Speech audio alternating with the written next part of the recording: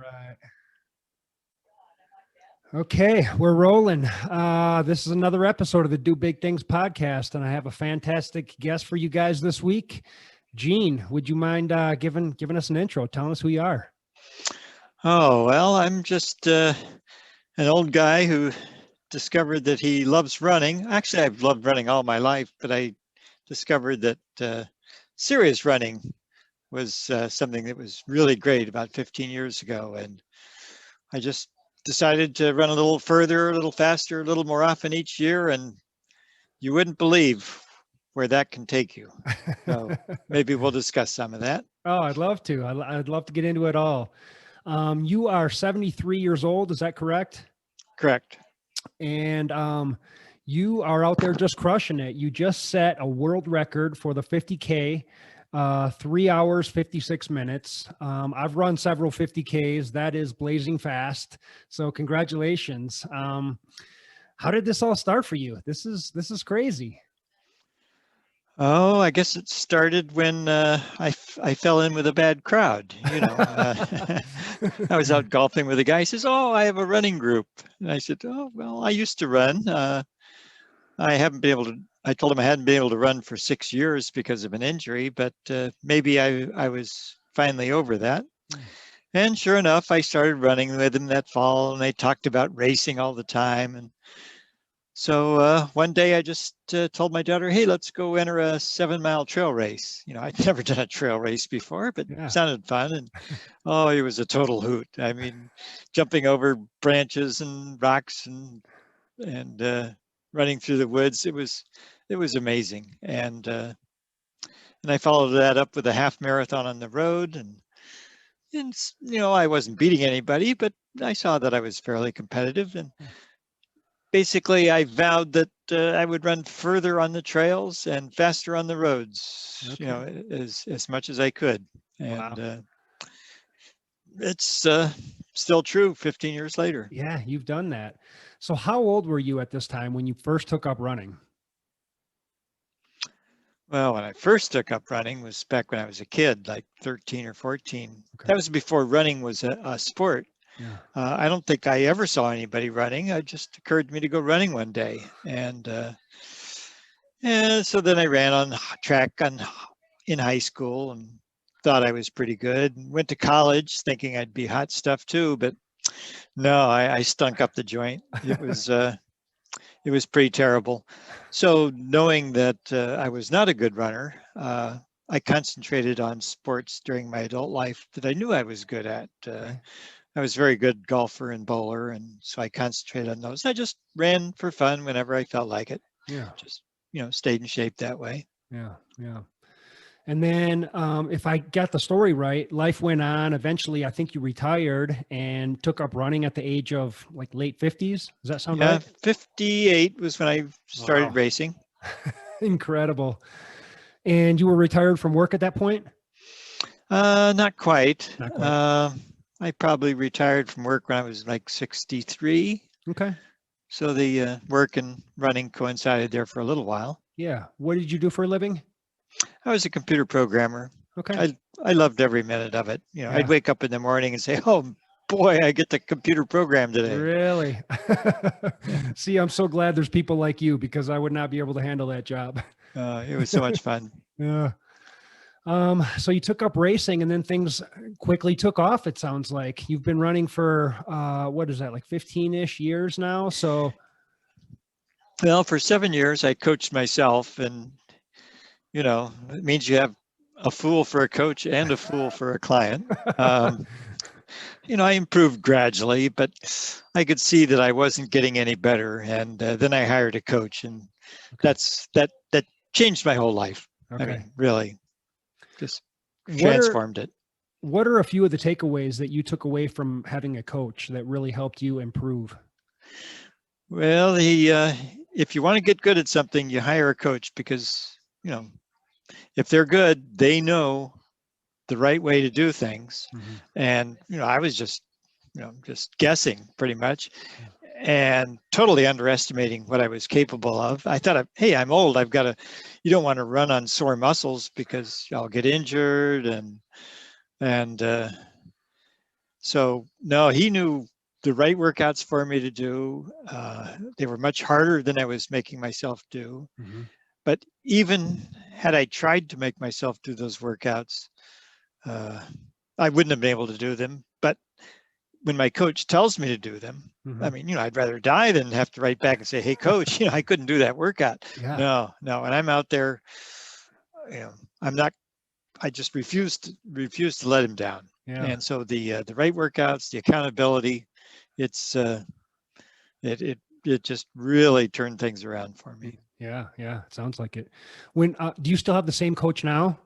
Sure, you don't fire a guy like that. Oh, no kidding. That's what I was wondering, like, how did you find your coach? Was it just a lot of online research or word of mouth, or how did that Well, it work? didn't take a whole lot. I just Googled Philadelphia running coach and Oh, got a couple hits, and he was the obvious choice. okay. He even though he's in Philadelphia, he coaches me on the internet, Okay. and we get together socially. We golf together and Yeah, go out uh, go out to some social events. But for sure. the coaching is pretty much just on the internet. Okay. So when you're casting a net for a coach, you don't go anywhere because it's easy to get good coaching over Yeah. the internet. Yeah. Yeah. Well, it sounds like you found the right one. Forgive me, but I thought you were calling from Philadelphia. Yes, I Oh, am. you are. You are. Okay. Mhm. Gotcha. Gotcha. Okay. So then you got a coach, and what sort of you said the exercises were a little bit harder that he was prescribing you. Was it speed work? Were you lifting weights? Or were you just strictly running in those days? Oh, I just run. I'm kind of famous for that. Uh, People ask me for all these other. I think people are looking for silver bullets to help them run better, but it sure. just comes down to running. I don't stretch, I don't cross train, I don't do flexibility exercises, no special diet. I just run, and anything else detracts Yeah. from that. But yeah, he had me working much harder. You know, I said I was always reluctant to run on sore muscles. That certainly didn't stop his training me. No, Right. I'd get up. I'd barely be able to walk down the stairs, and I'd have to look at what he had assigned for the day, and it's like, oh, there's no way. Right. But and I'd have a little warm up for a mile where I feel terrible, Yep. but everything clicks when it comes down to the nitty gritty. Good. That's And good. of course, now I'm a believer. It's running on sore muscles that take you to the next level. Yeah. Yeah. Now, are you a high volume guy? Are you running big miles every week, week after week? Well, probably big compared to some and real small compared to others. Sure. Over a year, I averaged between 45 and 50 miles a week. Wow. Okay. That includes racing, though, which Yep. is almost half the miles because I race almost every weekend. Yeah. Tell me Um, about that. I took a look at your ultra sign up, and you've got a long list of ultra marathons. And if I understand right, you're doing 5Ks, 10Ks, marathons. You're doing it all. yeah, fear of missing out, I guess. I'll do every distance. I hate 5Ks, and anything short Yeah. of that I totally despise. Oh, But me too. but I'm on a team, and I have to Okay. take one for the team now and then. Yeah. What's the team? It's the Greater Philadelphia Track Club. It's Okay. part of the Middle Atlantic USATF Uh, organization. yeah. Yeah. Okay. Um, so when was your first ultra marathon, and what was that like? Oh, I was probably 61 or so. I'd probably done 7 or 8 marathons by then. I said, well, I'll go do the 50K. And I got the full experience by going out too fast and running while I was still sore from a week before. And the last 6 miles was just awful. Yeah. And but I'd done an ultra marathon, so I said, that's it. Never have to do another one of those again. Right. And I might have kept to that, but a friend from that running group I mentioned before said, who wants to run Comrades? Uh, And it's an amazing thing. I had heard about Comrades when I was like in grade school or something. It's a 58-mile race in South Africa. And, I had pictured running through the mountains and jungles and stuff. And it's really just a road race in the suburbs of Durban. But so I immediately raised my hand and said, yeah, I'll do that. And for training for it, I ran 3 more 50Ks on consecutive weekends, and that's when I discovered that, hey, I'm not as bad at distance running as I thought. Yeah. And so then I added, instead of just doing marathons every year, I added a bunch of ultras every year. Mm-hmm. How was your comrades experience? Oh, I was battling nausea after about halfway through it. And I'd always had nausea if I ran further than 30 some miles. I'd done a couple 24-hour races where I had this problem. And like most people, I searched around for all this silver bullets, get my nutrition right, get my hydration right, get my electrolytes right. Didn't help, I got sick. And it turns out that I think for most people, if you get sick out there, it's because you're not prepared for the distance you're running. And it's just a matter of getting in better shape. I'm in better shape now. Now I can run for 4 days and not get sick. So, yeah, it all comes down to training. So you don't really get sick anymore? Not really. Okay. When did that switch? Did you get to a certain point in your fitness where you just felt confident that once you're at a certain level, you're not going to get sick anymore? Yeah, it started, easing up. I'd only get sick when it was maybe hotter or more stressful. But I guess one thing that got me over it, might be a hint to anybody else who has trouble getting sick in long distance, is that there's a medicine. You have to get a prescription for it. It's called Zofran or ondansetron. It's for cancer patients who are getting chemotherapy and are, get nauseated. My daughter researched it and said it's absolutely safe. And I've met doctors on the trail who also use it. And I don't have to use it much now because it helped me get over the hump. Sure. By using that, I was able to go longer and get my body accustomed to doing that kind of distance. I might take it prophylactically, just drop one, but pretty much I can go a long way now without getting sick. Yeah, I thought I was just one of those people that just couldn't handle it. It turns out, your body says, look, slow down. I'm getting tired. Your muscles are aching. But if you keep going, your body says, okay, I'm going to shut you down. This is too hard. Yeah. And nausea is your body's way of telling you that. Yeah, that makes sense. Well, that's a pro tip right there, ladies and gentlemen, from the man himself. What was the drug called? Zofran. Zofran. Okay. All right. And then when did you tackle your first 100-miler? That would have been, a couple of years later. I did a 50-miler trail race following comrades. Probably the next year I decided to do a 100-miler, and I picked a nice flat one. But I still hadn't gotten over my nausea yet. I had to run the last 60 miles sick to my stomach. That was no fun at all. So of course I swore, no, I'm never going to do 100 again. Right. You'll hear that from a lot of ultra runners. Oh, yeah. Every time they increase the distance, I'll never do that again. Yeah. But I finally decided I knew how to cure nausea. It was a while before I realized it was just a matter of fitness, but I found that by drinking a lot of Coke instead of solid food, that helped. And it was about probably that time my daughter prescribed me that medicine. Okay. So I started doing 100, 200, 300 milers a year. Yeah, no kidding. What was your very first 100-miler? It was called the Pine Creek Challenge in northern Pennsylvania. It runs through what they call the Grand Canyon of Pennsylvania. Yeah. It was flat. It was on a rail trail, but it was remarkable in that I saw more wildlife in that one race than my other 300 or 400 races combined. Just about I think if there was an animal that lives east of the Mississippi, I saw it. It was just, you'd shine your flashlight out into the woods running at night and you'd see all these eyes staring back at you. So did you just say 300 or 400 races? Oh, over 15 years, if I do 30 races a year, yeah, I've probably 30 done about races a 400 year. races. No I'm just kidding. guessing. Yeah, yeah. And so that's from 5K up. Well, actually, unfortunately, it's from a 1 mile up. What? Okay, you've done a 1 mile too. I had to do Yikes. a 1 miler this year. And slightly shorter is 1,500 meters. I did a 1,500 meters in 2018. It was the first time I'd run shorter than a 5K.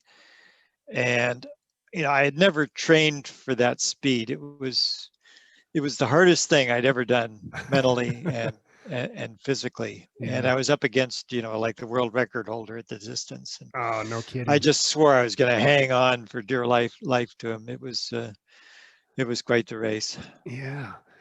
And I know your ultra running has gone into 200s and the Triple Crown, and I want to talk about all that. But when did you start setting your mind on tagging some of these world records?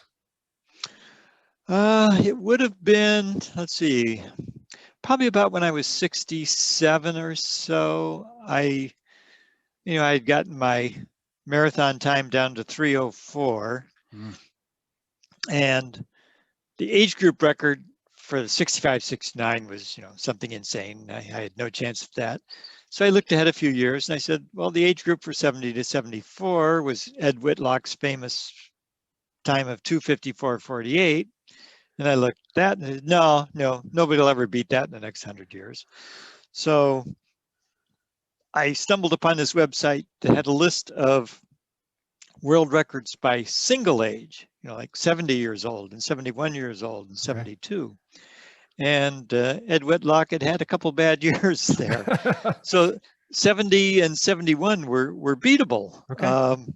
There was just like 3 minutes faster than my 3:04. Okay. So I set my sights on that. Kind of told everybody I knew I was going to try and set the single age record for age 70. Yeah. And the time came and I actually ran 2:58, something like Wow. that. And so it was at that point that I thought that I was also in range of the age group record of 2:54. I mean, heck, only 4 more minutes. Yeah. And I tried 3 times in 2 more times that year. First time I came up 23 seconds short. Next time I beat it by 25 seconds. So, okay. I had met Ed and he said that he was most proud of that record and he thought that was the safest record he had. Whereas I think he was totally wrong. That's the only record of his I can beat. He was so fast. His half marathon, 15K, 10K, 5K times, they're just insane. I have no hope of beating him. But you snagged a couple of them. So at that time, did you have the marathon age record? Well, when I beat his record by 25 seconds, I beat the record, but I didn't have the record. Okay.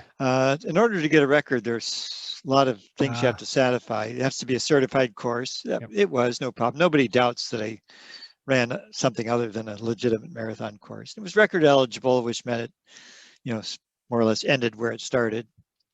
But every country has its own rules. In the U.S., the race has to be sanctioned by the USA Track and Field. And I thought the race director had indicated to me that he was going to do that, and he didn't. So there's just no 2 ways about it. It couldn't be ratified as a record.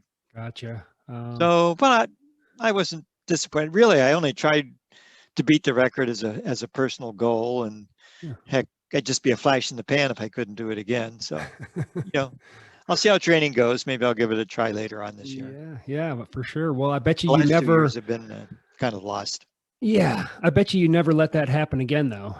Run a race that wasn't sanctioned if you were really going for a record. No, I know how to cross the T's and dot the I's now. Good. What was last year like for you? I know most of the races were canceled. Were you out doing solo projects or were you doing anything? I managed to get in a few races before everything hit the fan. I got a 100-mile race in New Zealand, ran the Los Angeles Marathon with my daughter. Shortly after all the races shut down, there was a race called the Virtual Backyard Ultra, and that was a lot of fun. Each person picked his own 4.167 mile loop, and you have to run it once an hour. You have to be at the start line at the top of the hour, and you have to finish before the next hour starts. It starts out easy. You have 15, 20 minutes before the next lap, and then later on you only have 8 or 7 minutes. Yeah. I managed to get 24 laps in, which is exactly 100 miles. Oh, I nice. finished 6 seconds before the cutoff, and so that was a great race. But I spent pretty much the rest of the year injured. So it's kind of, you can't help but feel like, well, I'm sure glad that race was canceled because I couldn't run it anyway. Yeah, well, you picked. Feel sorry for everybody else, but boy, it was a good year for me to be injured. Yeah, that's just what I was going to say. It's a great year for you to be injured. So, and what was your injury? It was a whole bunch of odd right foot injuries. I had, every time something went wrong, I had an MRI, and nobody was ever able to diagnose it. It just, one of the things eventually went away with rest or the right stretching or something. Okay. And you're feeling good now? You're feeling healthy? Yep, I'm feeling pretty good. Nice. A little worried. I just, 6 days after that 50K, I ran a 100-mile race. That was this past weekend. And which one? It was called the Mohican 100. It's in Ohio. Yep. And it was a lot harder than I thought it would be. It was pretty much technical the whole way. If you didn't keep your eyes on the ground, you're going to fall on roots. And in the second lap, it was a sort of 4 loops. In the second loop, I went down hard 3 times, and I don't know, today my ribs are sore. I've got this kind of twinge in my back, and I don't know, I wouldn't be surprised to have a pinched nerve somewhere, so have to watch that. Okay. Doesn't affect anything right now, so just a kind of an annoyance. Good. And before we got on here, you mentioned that you're packing up for another big trip coming up. Yeah, it's a crazy summer. I'm gonna go golfing for 4 or 5 days in Oregon. Oh, okay. Then I fly to Minneapolis, where I'm going to run a 50K with my older daughter. That'll be her first ultra. Oh, cool. I also ran her first marathon with her. Ah, nice. And then from there, I fly to San Francisco, where my younger daughter lives. And we're going to drive to Yosemite National Park, where we're doing a supported 4-day adventure run. Wow. Yeah, that's going to be great. Okay. Holy cow. You are booked. How do you plan out your races, Gene? Do you look like a year ahead and say, I want to sign up for this ultra and start planning your year around it? Or do you sign up for races last minute? No, I'm pretty well booked for this year. I'm totally booked. Normally I'll look for an empty weekend and say, oh, I got to sign up for a race there.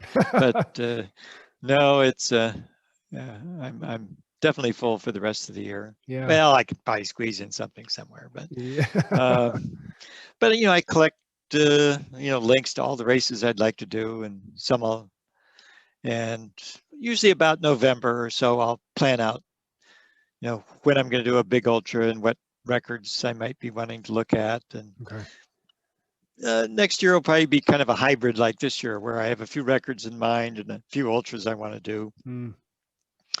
But in a couple of years, I'll be 75, and I'll probably do what I did when I was 70, which is to not do ultras so much and just concentrate on national races. Okay. Yeah, gotcha. You did the Triple Crown in 2017. I got to hear about this. I'm doing my first 200 miler this year, and you are a seasoned veteran. So give me anything you got, tips, pointers. I'll take them all. Which 200 mile are you doing? Sangre de Cristo in Colorado. Sangre de Cristo. Gee, I don't know about that one. Quick, is there still room to say? There probably is. I'm almost positive there is. Yeah, most people do one of the Triple Crown of 200s out west. Bigfoot 200, Tahoe 200, and the Moab 240. Well, yeah, if you want to talk about big adventures, boy, that Triple Crown is where it's at.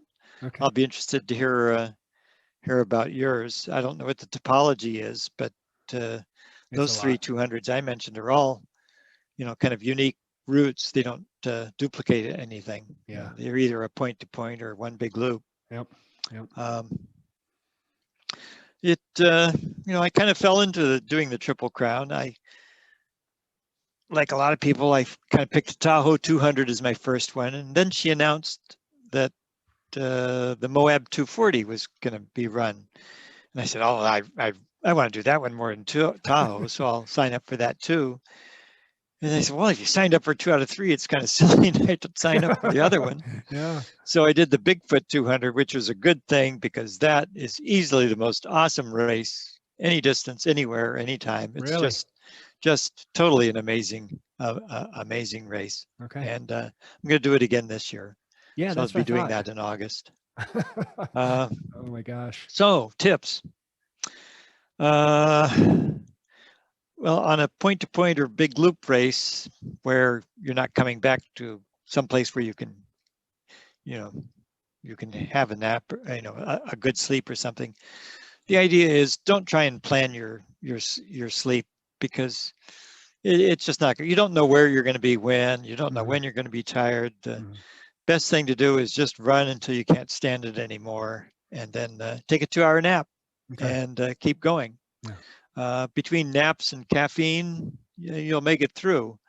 And then you'll sleep 16 to 20 hours straight afterwards. Right. At the end of every 200, I've always had the feeling I could keep running forever. Running is not the problem. It's the sleep. If you're up against the cut and you're not getting much sleep, eventually you're just gonna run up against the deadline. Yeah. So run when you can, walk when you can't, sleep only when you have to. Okay. Perfect. That actually sums it up. That's pretty awesome. Yeah. How did you approach your Triple Crown in terms of training? Did you increase your volume quite a bit beforehand? Nope, nothing. Really?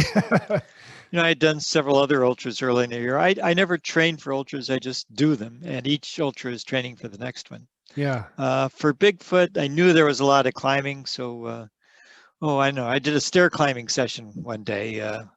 I climbed up 27 stories and took the elevator down 16 times. And I think that was useful. I've sort of I found a good hill in a park nearby that is a pretty stiff climb for about a third of a mile. Yeah. So I'll do that for 3 hours, 2 or 3 times in the weeks preceding. Because you really have, if there's a lot of significant elevation gain, and at Bigfoot there's 50,000 feet of climbing, which is, that's a lot. That's a lot of climbing. 50,000 feet is a long way to run, but climbing, vertical. But yeah, if you're not strong climbing legs, it's going to hurt your ability to finish, and definitely you'll feel it the following week. Yeah. Oh, big time. So what kind of running were you doing between your 200s when you were doing the Triple Crown? Were you doing any other races? Yeah, and just to show you, it can be done between. I guess between Tahoe and Moab, I broke the record in the 15K. Oh, no way! Record. Oh my God! Yeah, so it's possible. I'm sure I ran several races in there. I'm sure you did. Yeah, I probably took a week off and then did what I could in between. Yeah. Good grief. What does your recovery look like? Do you do anything specific? Oh, for most things, most normal races, it's 1 day of recovery and then of rest, and then maybe a 4-mile jog, and then 6. Then my coach will, throw in some pickups and strides and so on. But within 3 or 4 days, I'm back to full training. Okay. For a 200, you'll want to take a week off, no doubt. For sure. Maybe a little light jogging toward the end of the week. Yeah. But it's all of this. People say I have a recovery superpower. But to me, it all comes down to what do you train your body to do, and your body responds to training, and it'll. By racing every weekend, I've conditioned my body to recover within a week. One time I had the bright idea that in December and January I was going to run 8 marathons in 4 weekends. So I ran Saturday and Sunday, 2 weekends each month. Yeah. And so now I was not only recovering, in a week, I was recovering in a day. Yeah. And it can be done. I frequently ran the Sunday marathon faster than the Saturday one. So Wow. if you have a weakness, go out there and do something about it. Yeah. I couldn't run in the heat, so I signed up for a stage race in the desert. Nice. It was 115 degrees at the finish line. I've never had trouble with heat since. Was that the Desert Rats? Yep. Okay, I wanted to ask you about that because that's actually taking place right now, and we're going Oh. out to help volunteer at that race. So, what was your experience there? Well, boy, I had definitely an interesting experience. 2 weeks before, I got Lyme disease. Oh no! And I was being treated with I don't know, whatever that stuff is, and it makes you extremely sensitive to the sun. And I said, "Oh, that's all right. I'll just put on lots of suntan lotion." But no, that doesn't work. Just exposing your skin to the sun when you're taking that medicine just makes it burn. Okay. And I was borrowing stuff from everybody. I was going out, like I don't know, with all kinds of borrowed stuff that covered all of my body. It was the only way I could make it through the week. Whoa. So, but the heat turned out not to be too big a problem because, it's a dry heat. Yeah. And That's really you just have to make sure you have a lot of water. A lot of water. Yeah. That's a 5-day race though. And so you were out there with Lyme's disease. I mean, that doesn't sound healthy or fun or any of the above. Boy, for days I was just sick as a dog, and I couldn't get the doctors to take me seriously. Finally my whole body, I turned into a rash over like 60% of my body, and finally they decided, oh, maybe something's wrong with this guy. And they gave me some piddling amount of medicine for it. And a lot of doctors really don't understand Lyme disease. So I called my daughter, the one who gave me that other medicine, and she prescribed a sufficient amount of the stuff to take for 20 days, because the worst thing you can do is just tamp down Lyme disease and let it go dormant. Right. Because when it reemerges, then your running career is over. Mm-hmm. Mm-hmm. And I wanted to make sure I killed it off. Wow.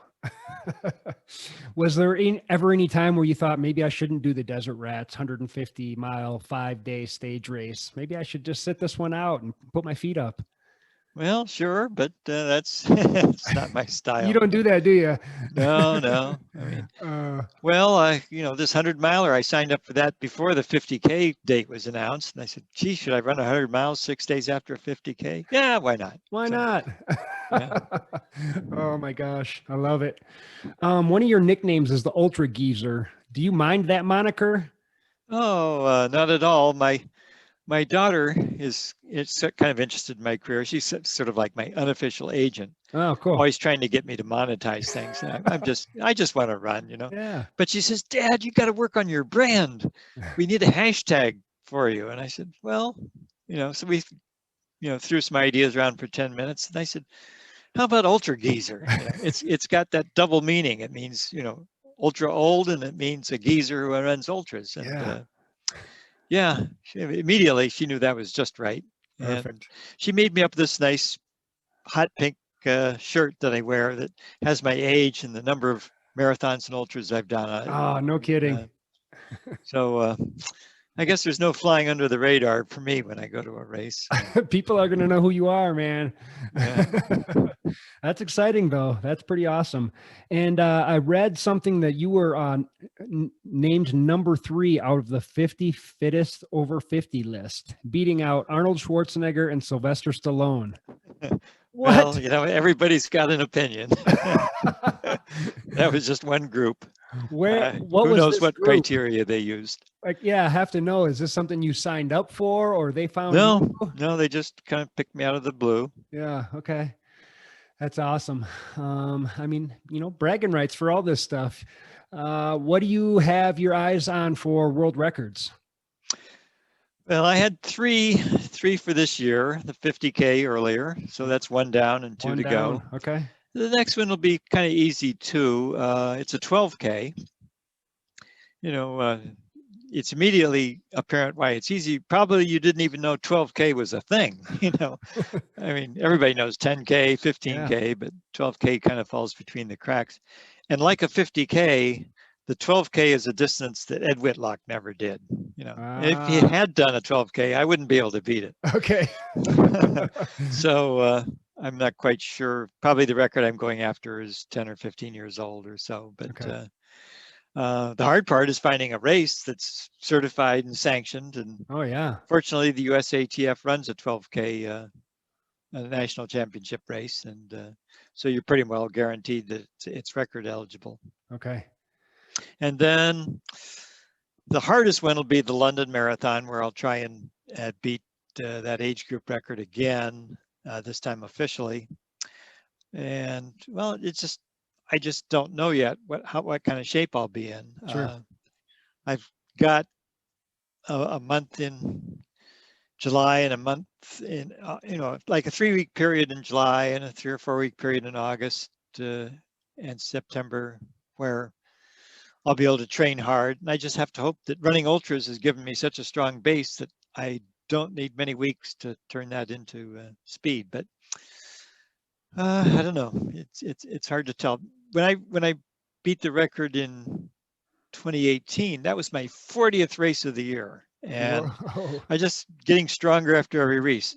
I won't have done that many races this year, and I worry that I just won't have raced enough to do it. All this is counter to conventional wisdom, which says you've got to, pick your challenges and don't do a whole lot in between. But I just don't cotton to that at all. Wow. What's your do you have a favorite distance out of all the distances you run? Oh, I guess from half marathon up, they all have their virtues. Uh-huh. The Bigfoot 200 is my favorite race. So Okay. 200s are such an adventure. You're doing something for 5 days and 4 nights. Well, if you're slow like me, you are. The winners are out there doing it in 2.5 days. Right. But us back at the Packers, we're out there just immersing ourselves in something for days without much sleep, and it really seeps into you. And boy, can you see a lot of scenery. I took like 230 pictures at Bigfoot, 180 at Moab. Wow. It was just incredible scenery. Yeah. One of my favorite races is a 50-mile trail race in Ithaca, New York, called the Cayuga Trails 50. Just an amazingly beautiful race, running through river gorges with waterfalls and cascades and cliffs. It's an amazing race. That's the only race that I do every year, just for the fun of it. Okay.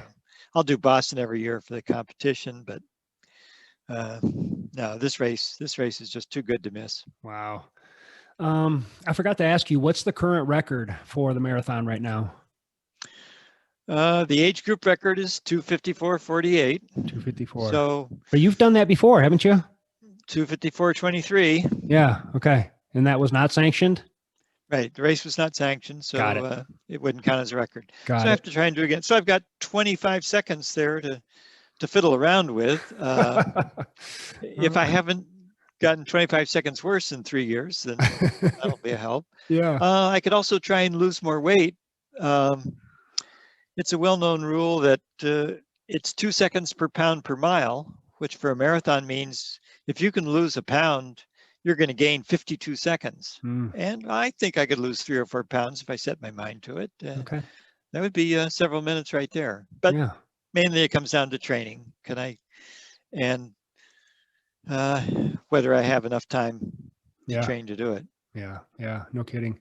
What's it like setting a world record? Is it a big deal?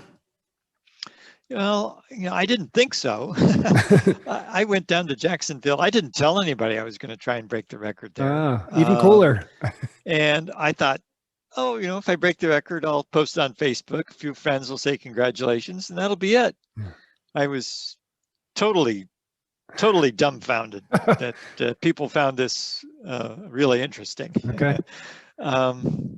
I guess they see me as the the spokesman for geezers, old people these days, and And that's a good thing. I think I really have opened up a lot of eyes to people that you don't have to kill yourself when you're young running. You can have a blast when you're older. It's definitely possible to. You don't have to run at my level. You just have to run, enough to have a lot of fun or a lot of Right. adventure. Right. And if you're competitive, Yeah. all you have to do is try and beat yourself each week. That's a lot of fun, which is what I was trying to do. To beat that record was just a personal goal, and that I had set for myself. And my thought when I crossed that finish line was, oh, great! Now next year I can just do ultras and stuff, and I won't have to worry about beating that marathon again. So I don't want to be a flash in the pan. If I can only do it once, then I don't know. To me, it wasn't worth beating the record. So Yeah. no, I was not disappointed. Yeah. Yeah. Oh, let me decline that. Oh, yeah. There's no. There we go. Hope she gets the point. That was my daughter calling. Oh, uh-oh. You can take it if you want. Sorry. Sorry, can't talk right now. Bye. There we go. I'll Okay. take care of that. Thank you. So if you had to choose between 100-mile or 200-mile race, would you typically choose the 200-mile? Oh, 200s are a lot more fun. Really? Kind of easier if you ask me. Okay. 100-mile you have to do in one day. Yeah. So you're running pretty hard. Yeah. I mean, I killed myself at this race last weekend. Running so hard. But in a 200-mile, you can run basically twice as slow. They give you 100 hours to finish. Yeah. Usually, 4 days and change. Mm-hmm. And I don't know. So you're running at a relaxed pace and seeing a lot. Yeah, you'll be thrilled with your 200. What is the topology of your 200? Is it one loop run a lot of times, or several loops coming back to the same place, or it's kind of a back and forth. So I'll be going out one way and coming back several times, and then doing another big climb several times with a central aid station. And so I'll have a van all set up. I'll be able to take naps and food and crew and everything. So yeah, logistically it's set up pretty well. And I think there's, I don't know exactly 40,000 feet of climbing. So, it's a Colorado race. So it's a good one. Mm-hmm. Yeah. Well, some people refuse to do certain kinds of races. I do them all. They all have their advantages and disadvantages. Mm-hmm. I mean, I've run 205 miles on a 1-mile loop. I've run 24 hours on a track, 100 miles. Yeah. And, there's something to be said for coming back to your stash every lap. Yeah. And one of the things that's hardest mentally on these really long ones is deciding when you have to walk and when you have to run. And Mm-hmm. But if you're on a short loop, you can pick out these points, and when you reach that point, you take a walk break, reach the next point, you run, and there's just no question about it. So it takes the mind game out of it, and Yeah. it's kind of a motivation. I mean, you don't want to break your rhythm, so Mm-hmm. you always do the same thing every lap. Yeah. There is no such thing as the same thing when you're doing a point-to-point 200-mile race. Right. Yeah. Yeah. Have you ever tried to get into hard rock or any of those races? Hard rock's hiking, as far as as I can tell. Yeah. I'm not interested in hiking. I'm Really? interested in running as much as I can, Okay. even if it's, at Bigfoot. I tend to remember running all the time. Truth be told, it's probably only 20% of the time. But I mean, right off the top, you're 50% of it is uphill, and you're not going to run uphill after you're just a little bit tired. Yeah. Then you got the parts that are too technical, the parts that are too steep, Mm-hmm. the parts where you're just a little too tired. A lot of good reasons to walk in a 200. Oh yeah. But when you only have to average overall 30 minutes per mile, you can walk. Yeah. My rule of thumb is I want to average 18 minutes per mile when I'm moving. Okay. And I figure that'll get me in. That'll get you there. To all the listeners who think 18 minutes a mile, I mean, who couldn't do that? Let me tell you, time, pace, distance, all these things completely change when you're doing 100 miles or 200 miles. I mean, mainly it's because, well, you've all heard of hitting the wall in a marathon or bonking. That's what happens. Eventually you run out of glycogen and you have to rely on fat and fuel. And that's a steady state kind of thing. And you just can't pick up the pace because you haven't got enough energy to do it. But it doesn't get any worse than that. I mean, what could be worse than hitting the wall, right? So you just do with the energy your body can provide, and you just keep on going. Yeah. Are you a believer in the trail nap? Do you just lay right down in the trail and pass out for a while? I tend not to. I don't know. I'm a couple times I've found a really convenient place. I was up against the base of a tree once. I found a real comfortable position, and that got me a good half hour nap. I tried it at Tahoe, I guess, and I don't know, all kinds of bugs got all over me. And there's lots worse things than bugs out there. In Australia, there are deadly snakes, and in Moab, there's scorpions, all kinds of crud like that. No, I really find it comfortable just to lie down in a chair. They have sleep stations where you get on a cot, but they're usually hard as nails. Right. I just lean back in a chair, throw some blankets on. Okay. I can doze off real fast that way. Okay. Was it the Tarawara that you did in New Zealand? Yep, that was early last year. Okay. How did that go? Not well. I completed the race under the race cutoff, but that was supposed to be my Western States qualifier. And it was just way too hard. The Western States qualifiers are all over the map. That's true. Like this one was probably, it was just doable for me. It was a 32-hour cutoff at Mohican, and I got in 31 and a half. But then you got ones like Rocky Raccoon, which has a 30-hour cutoff, and I can do that under 24 hours. Sure. So the official cutoff for the Tarawera was, I think, 34 hours, but I had to beat, I don't know, 30 hours or something even shorter for a Western States qualifier. And there's just no way. Okay. There are a few others. Bigfoot 200 this year is a Western States qualifier. I think they should let anybody who can finish it, but no, it's like 90 hours, and there's no way I could do that in 90 hours. Okay. So some qualifiers are possible, and some aren't. Yeah. And but at least I got mine in this year, because if I'd have failed this past weekend, I'm not quite sure what I would have done.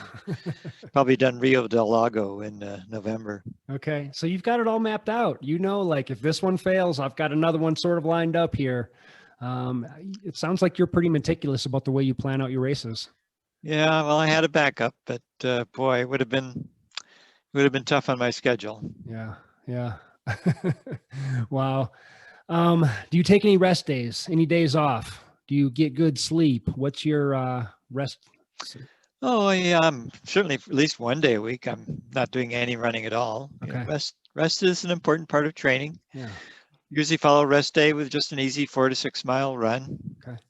Maybe a recovery run pace, which for me is in like say 8:30s, or maybe even an easy pace, something like 9:30s. Okay. But they're not as fun as the hard workouts. Yeah. No, you're I right. love coming in on fumes. Okay. A question keeps slipping my mind for you. Keep losing it. So you got the Bigfoot 200 this year, though. So, are you doing any hundreds between now and then? Let's see. Don't believe so. Doing a 50K 4-day adventure run. I don't know. I've got the USATF outdoor track meet in July. Okay. Where I'll be doing a whole bunch of events, 10K, 5K, maybe the 1500, even though I hate it. Steeplechase, triple jump. Oh, whoa. as long as you're going to go to a meet, you might as well do as You might many as well as you do them can. all, huh? Man, Yeah. I love it. See, you just epitomize everything that we're all about. This is the Do Big Things podcast, and we're all about inspiring people to get out and just get outside their comfort zone, do big things, whether that's races or whatever else it is in their life. Were you generally a pretty healthy guy leading up to the beginning of your competitive running? Like, did you lead a healthy adult life? Yeah, I've always been pretty, I mean, as I said, I didn't totally not run. I Yeah. jogged. I always wanted to be in shape enough to jog. And, Mhm. somehow I was able to match my seafood diet with my output. And I think at one point I had ballooned up to 160 or something. I just hated it. That's an important thing. If you really hate gaining a few extra pounds, you can get it off. I guess a lot of people really don't mind, and and that's okay. It's however you're happy with your body condition. But boy, I just felt miserable when I gained a few pounds, and so you know so I'll take it off. Yeah. But you said you don't have like a special diet that you follow, or Nope, is there nope. any superfoods that you incorporate, like I don't know, lots of broccoli or kale or anything like No. that? Well, the only thing I take, I guess, is a little whey protein. I'll Yep. shake it up with some milk, Okay. and maybe after when I'm feeling particularly sore, like this week, I'll have a couple jars full of it. Okay. And hard to tell whether it's really effective. My daughter says, nah, extra protein's not going to help any. So, Yeah. Yeah. but can't hurt. Yeah. Are you generally a pretty competitive person? Like, I know you're competitive against yourself, and if there's a record to break, you're competitive there. But are you normally, when you see someone up ahead of you in an ultra marathon, do you think, okay, I've got to pass this person? Oh, not in well, I don't know. I guess, well, in an ultra marathon, if I see somebody up ahead of me, I'll pick it up. But that's only so I can jog alongside them and Yeah. share some stories and Right. stuff. Right. But in road racing, yeah, I guess I'm pretty mild mannered until the starting gun goes off, and then, yeah. And if I'm out training, you're out there running, then all of a sudden you see somebody up ahead. Yep. You'll pick up the Pick it up a little pace. bit. But yeah, it's just the magic of the starting gun that brings that on. Yeah. I really don't care much in between races. Okay. Okay. Um, yeah, it's pretty fascinating. I mean, you're just doing so many races. It's incredible. Well, and it's important to know your body responds to how you train it. And you set goals. Everybody, has. I'll ask people, "What's your next race?" And if they don't have a next race, there's something wrong here. Something's wrong with this picture. How can you be a runner and not know what your next race is going to be? Yeah.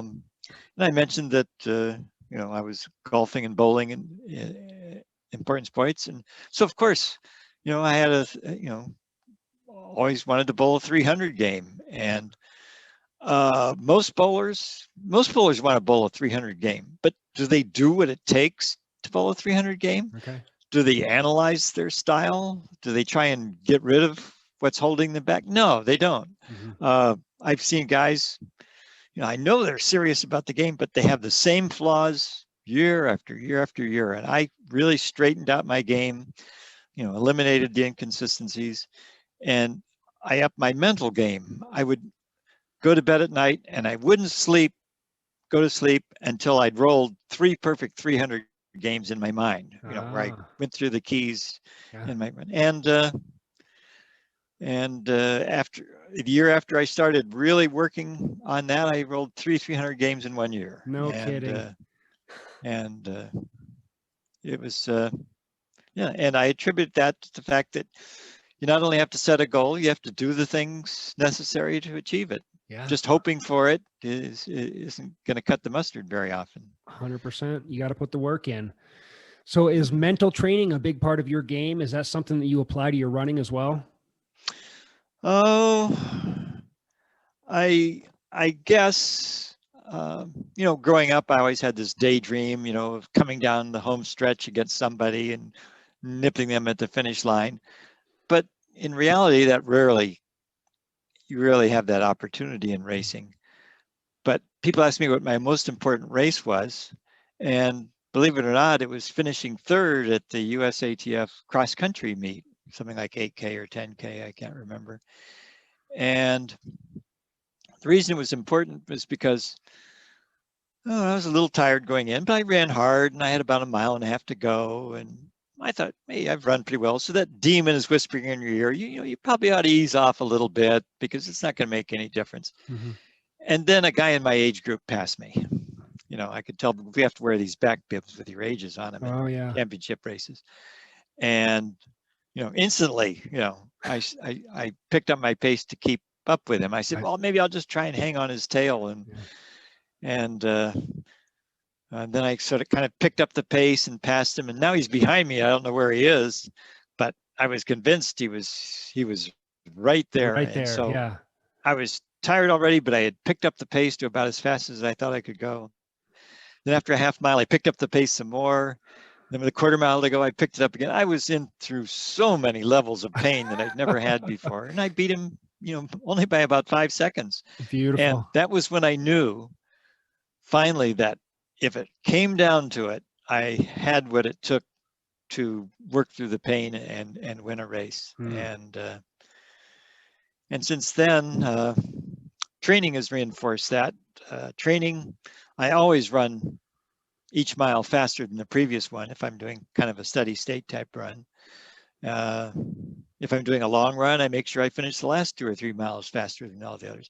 Okay. If you've trained your body to finish faster than you start, that'll come out in a race as well. Yeah. Always train your body to do what you want it to do. Yeah. Was that one of the biggest races in your mind out of all the races you've done? That was the most important one mentally. Really? Yeah. I mean, otherwise I would always have this doubt in the back of my mind. Do I have it? Can I run beyond what I think I'm capable of doing? Yeah. And that was the first time I did it. Any other time I probably finished it, I probably could have run harder. Right. But that was all 100% of what I had there. And that's beautiful. Yeah. I mean, I think that's a question that a lot of people have about themselves. Like, if it really comes down to it, do I have what it takes? That could be running or protecting themselves or their loved ones, or it could be a number of different things. But once you make it through that, would you agree that your confidence your confidence game goes up in life in general? Yeah, no, in general, I don't know. I guess I'm always optimistic and confident in most of the things I do. So not sure those lessons came out. Well, I don't know. I have to think on that one. Yeah, fair enough. Yeah. What's the next 5 years or so look like for you, Gene? Oh, well, boy, if it's just more of the same, that'll be great. But I'm still trying to outdo that guy in the mirror from the year before. Now, since I've done a 240-mile race, well, I tried to beat that this year. I ran the Cocodona 250 in Arizona. Oh, yeah. And I was prepared for the heat. I was prepared for the big climbs. I was prepared for the distance. But I wasn't prepared for how terrible the footing was. There was rubble on all the Jeep trail. Usually you get on the double track and you figure you can make up time, but that was the worst. The single track was great. The double track just coated with rubble, and I got blisters, and so it was slower than I thought. So I wasn't getting enough sleep. You don't get enough sleep, you slow down. When you slow down, you don't have enough time to sleep. It's a death spiral. Yeah. So I called it quits after 152 miles. But so I still have to beat 240 miles, which I did at the Moab 240. So I usually overdo it. I haven't signed up for them yet, but I have 2 300-mile races I'm thinking of doing next year. Oh, yes. Which ones? Well, one's in California. It's called the California Untamed 330. Okay. It's an endurance run like the ones we've been talking about, where the gun goes off and you'll have so many days to reach the finish line. Runs from the coast near Eureka to the base of Mount Shasta. Okay. And then the one I'm more likely to do, although I'm likely to do both, is a stage race in Australia called the Sink or Swim 500K. Oh, So it would be like averaging 50 miles a day for 6 days, okay. maybe 8 days or something. I don't know. But a couple of the stages are going to be pretty hard, 67 miles or so, and a lot of it on beach sand. Okay. But I've done a 200 miler in Australia, and it was fantastic. Same race director. It's got to be a Okay. great race. Okay. Okay. Wow. So you're not slowing down anytime soon. You're going further and you're going faster. It's just incredible, Gene. Well, at some point, I'll just have to try and keep my age graded scores up. And it said you only have 15 years of good running, and I've been running hard for 15 years now. So I'm awful worried that all of a sudden I'll be washed up like there are a lot of runners who were really great runners, people who not worthy to tie their shoelaces. And, I can beat them now, but it's because they've had their day. And, but then again, Ed Whitlock was breaking records all the way until he died at age 86. At age Whoa. 85, he ran a sub 4-hour marathon. The guy was No incredible. way. Holy cow. Yeah. And Joan Samuelson, she was, winning marathons way back in her youth. And in Boston 2019, out of 30,000 people, she had the highest age graded score of anybody. That's just, how can somebody be so on top of their game like that? I had a great race. I was the 4th highest scorer, but she was better. Wow. Wow. So there's still places to go. There's still records to beat. And even if only they're age graded records, Yeah. And there's age group records, those go on forever as long as you can keep running. Yeah. Of course, Ed Whitlock has probably shut me out of most of them, but you never know. I got to ask, what does your family think of this? They've had time to get a kick out of it. They've had time to get used to it. Sure. They knew I enjoyed running, and when I first started running, it was just a matter of keeping up with my daughters, and so they've enjoyed the voyage of discovery the same as I have. Okay, so they're used to it by now. Mm-hmm. Yeah. Well, incredible story. I'm still kind of dumbfounded. I remember I said I didn't think anybody would think of. Here you are, 3 years after that. No kidding. People are still giving me a call and wanting to talk to me about it. Yeah. Fortunately, I love to talk about running. Well, yeah, you've almost reached this level of fame now where you've done all these different races. So soak it up, live in the limelight for a little while. You're doing big things, and it's cool. It's inspiring to people. So just keep it up. One of the things I'm doing this year that's different is a relay. It's called the Hood to Coast Relay. It's a pretty famous one. Yeah. Really big, goes from well up the slopes of Mount Hood to the coast. And for the first time ever, we've put together a team of 12 70-year-olds. And so that'll be interesting. We'll try and whip some young butt, Yes. So it's a bunch of different 70-year-olds from around the country? Yeah, all over. Okay. Do you know any of them? Yeah, Amby Burfoot is one. He won the Boston Marathon well back when. Jeannie Rice is my 70-year-old counterpart on the female side. She holds world records in the marathon, and she'll be doing it. She and I are almost exactly the same age. Our birthdays are within a week of each other. So that'll be fun.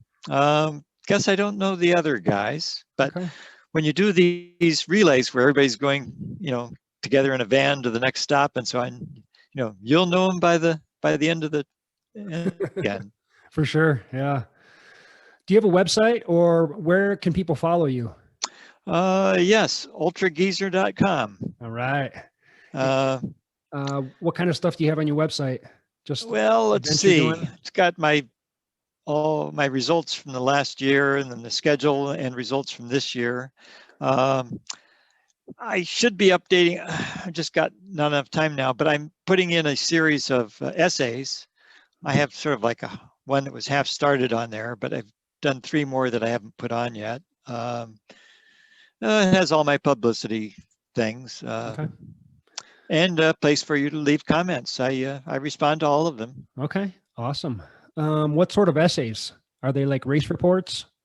Some are race reports. The one that I started with is about eating. And my theory is that runners eat way too much. I'm not talking about this 2 seconds per pound per mile eating. I'm talking about eating before a training run, during a training run. It's counterproductive. You should fast before you run and don't eat anything during a training run. That's how to train your body to get the most out of the reserves it has stored, and to teach it to store more. If you're constantly eating food before and during a run, what incentive does your body have to process food better or process your energy stores better? I burn fat well. I've stored more glycogen, I think, than most people will, and it's because my body, it needs to. It's not getting fed. And runners just eat too much. Yeah, I agree. Cool. So you've got some cool stuff on your website. You're on Facebook. Is that pretty much it for social media? Yeah, I have Instagram and Twitter. Okay. Oh, cool. But usually I use Instagram just for vacation photos and stuff. Gotcha. My daughter is constantly yelling at me to do better, so maybe Twitter. I don't know. I just never gotten into it. Yeah, if she's going to be although I think I have her tweeting on my behalf. That's just what I was going to say. If your daughter wants to be your agent, just have her do all the work for you. Put an Instagram up and Twitter and whatnot. But it's awesome. People are interested, man. This is good stuff. So Gene, just keep doing what you're doing. I'm going to keep an eye on you this year, and I want to hear more stories. So just get out there and get after it. And you want another secret? You're looking for secrets, right? Yeah, of course. Nutritionally, there's a new wonder product. Well, not new now, 2 or 3 years old, but called Marten, Maurten. Oh. Probably heard about it. It's what all the elite marathoners use.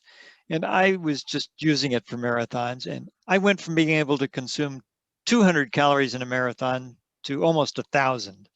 And that is really valuable if you want to finish strong. Okay. And it turns out to be just really useful in these ultras too. I went through about 3,000 calories of it in my 100-mile race. I wouldn't have been able to finish the race without it. The advantages are the nutrition gets absorbed very fast and with zero stomach upset. In fact, if I'm a little queasy and switch from real food to Marten, after drinking a bottle of the Marten, I start getting hungry. I mean, not only does it go in there easily, it fixes your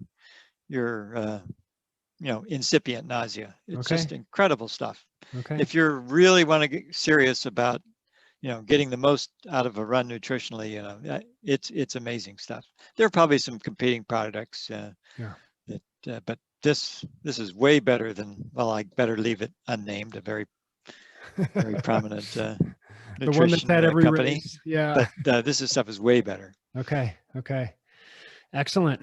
A couple good pro tips in here, guys. Thanks for those. Gene, this has been fascinating. Like I said, I'm going to keep an eye on you, and I think several other people are too. So just keep doing what you're doing. We love it. Keep it up.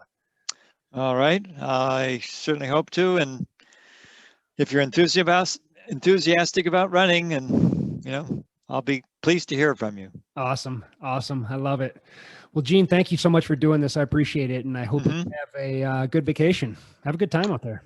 Okay, I will. Well, there's two-thirds of it is running. It's guaranteed to be pretty good. The golfing, you got to take a little time off of I've only got 1 hole in 1, so I'm hoping for another. There you go. See, the methodical, I like it. You got to have those goals, and it sounds like you've got a lot of them. All right. Well, thanks so much, Gene. Have a good one. Great. Thanks a lot. We'll see you. It was fun. All right. Bye.